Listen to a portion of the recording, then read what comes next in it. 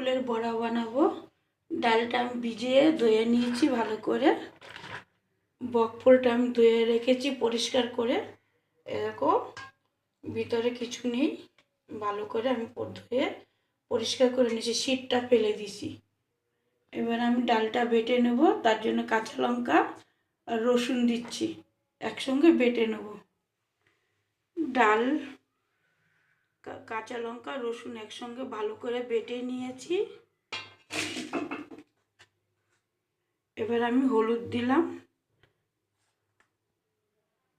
লবণ দিলাম, ভালো করে ফেটে নেব। আমি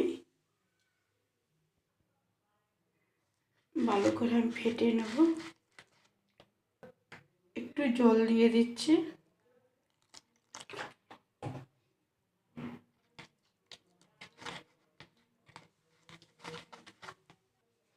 আর একটু জল দিচ্ছি।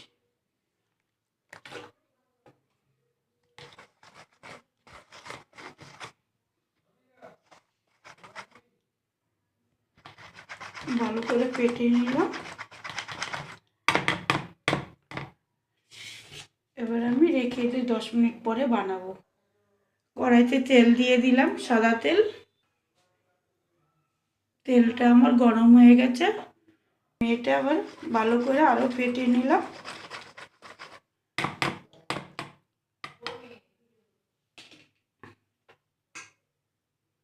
এবার বকফুলটা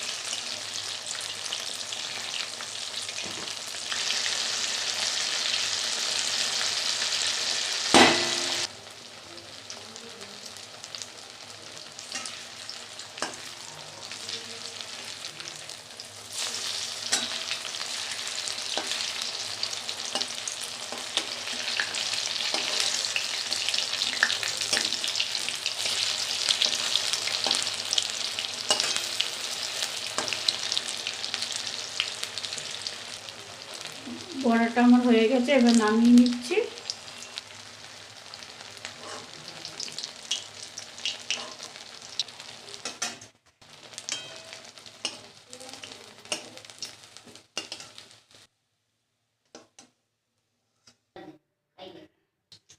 সবগুলো বড়া হয়ে গেছে, এইভাবে ভাজলাম। আমার এরকম বকফুলের বড়া হয়ে গেছে সবগুলো। ভালো লাগে, একটু রসুন দিলে একটু স্বাদ হয়।